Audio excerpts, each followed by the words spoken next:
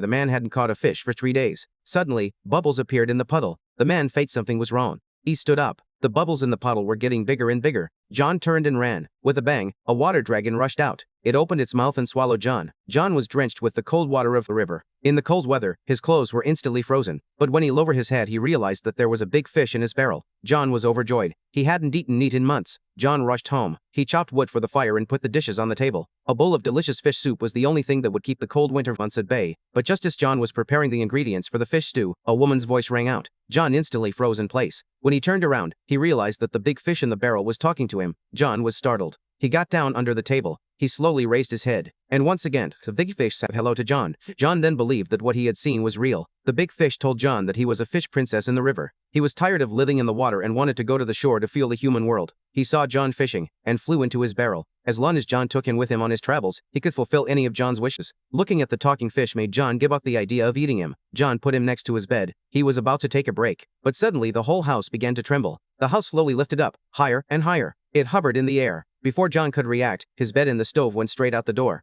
John held onto the stove for fear that he would fall. I don't know how long it took for the stove to stop. John rushed to ask Big Fish if it was his work. The big fish told John that he wanted to take him to the land of magic. As soon as he spoke, the ice-covered earth began to melt. Everything was revitalized and green grass appeared. In no time at all, the whole land was green. John carried the barrel to the shore. But suddenly the fish disappeared. As John looked around, a voice came from behind him.